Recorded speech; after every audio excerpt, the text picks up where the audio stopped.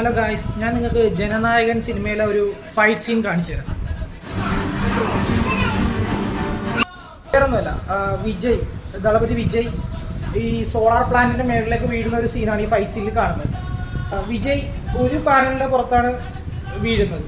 Suppose നമ്മുടെ വീട്ടിലൊക്കെ normally 90% കേരളത്തിൽ ഇപ്പോൾ വെച്ചിരിക്കുന്നത് സ്ട്രിങ് ഇൻവെർട്ടേഴ്സ് ആയിരിക്കും, നോർമൽ കോൺഗ്രീറ്റ് ഇൻവെർട്ടേഴ്സ് ആയിരിക്കും. ഈ ഒരു പാനൽ ഡാമേജ് ആയാൽ ചിലപ്പം ആ പ്ലാന്റ് മൊത്തം വർക്കാകാൻ ചാൻസ് ഇല്ല. അത് ആ വീഴുന്ന ഡാമേജിനനുസരിച്ചിരിക്കും, പറ്റുന്ന ഡാമേജിനനുസരിച്ചിരിക്കും. പക്ഷേ നിങ്ങൾ നോർമൽ സ്ട്രിങ് ഇൻവെർട്ടറിനെ കാട്ടി കുറച്ച് കോസ്റ്റ്ലി ആയിരിക്കും മൈക്രോ ഇൻവെർട്ടറോ ഒപ്റ്റിമൈസറോ യൂസ് ചെയ്താൽ നമുക്ക് ആ പ്ലാന്റിന് ഒരു പാനൽ ഡാമേജ് ആയെന്ന് പറഞ്ഞാൽ ആ പ്ലാന്റിന് പ്രത്യേകിച്ച് പ്രോബ്ലംസ് ഒന്നും ഉണ്ടാവില്ല. നിങ്ങൾ ഇപ്പം ഫ്യൂച്ചറിൽ അപ്ഡേഷൻ നോക്കി പ്ലാന്റ് സെലക്ട് ചെയ്യും. ഇപ്പോൾ നിങ്ങളുടെ വീട്ടിൽ സോളാർ വെക്കാൻ ഉദ്ദേശിക്കുന്നുണ്ടെങ്കിൽ, അല്ലെങ്കിൽ സോളാർ വെച്ച ആളുകളാണെങ്കിൽ അതിനെക്കുറിച്ച് കൂടുതൽ ഇൻഫർമേഷൻ അറിയാൻ എൻ്റെ ഈ പേജ് ഫോളോ ചെയ്യുക, ലൈക്ക് ചെയ്യുക, ഷെയർ ചെയ്യുക.